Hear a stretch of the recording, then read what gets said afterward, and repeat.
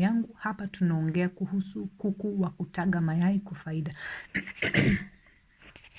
Hivi karibuni nimekuwa nikikusanya mayai kutoka banda langu na nikagundua yana madoa meupe kwenye ganda.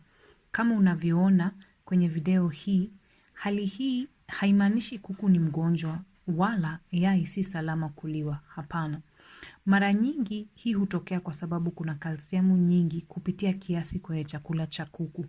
Na kwa kuwa nimeona hali hii mara kadhaa, inaonyesha ni wakati wa kupunguza kiwango cha kalsiamu kwenye mchanganyiko wa chakula changu. Unajuaje kalsiamu imezidi kama mkulima?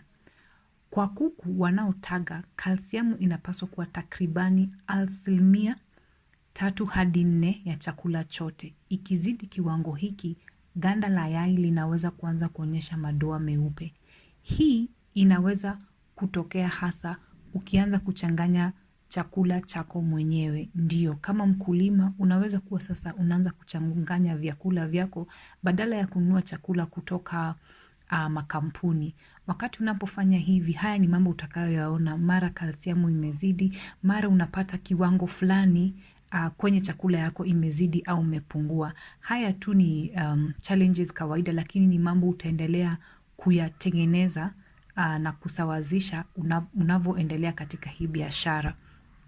Kwa hivyo, ukiona imekuwa nyingi, punguza. Kwa hivyo, kama unachanganya chakula nyumbani, ukiona mayai yana madoa meupe, usiogope. Unachohitaji kufanya ni kupunguza kalsiamu kidogo. Kisha maganda ya mayai yatarejea kwenye rangi na muonekano wa kawaida. Pia, hali hii hutokea kama una kuku wameanza tu kutaga au kuna kuku wakubwa zaidi ya miaka 5-6 ambao wakati mwingine hupata changamoto ya kutumia kalsiamu iliyozidi. Kwa hivyo mkulima, hili si jambo la kukustua.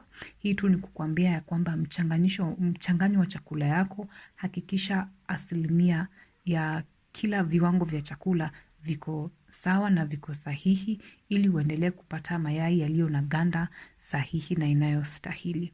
Kwa kifupi, rekebisha kiwango cha kalsiamu na mambo yatarudi kawaida. Asante na bonyeza subscribe kupata video nyingi kama hizi.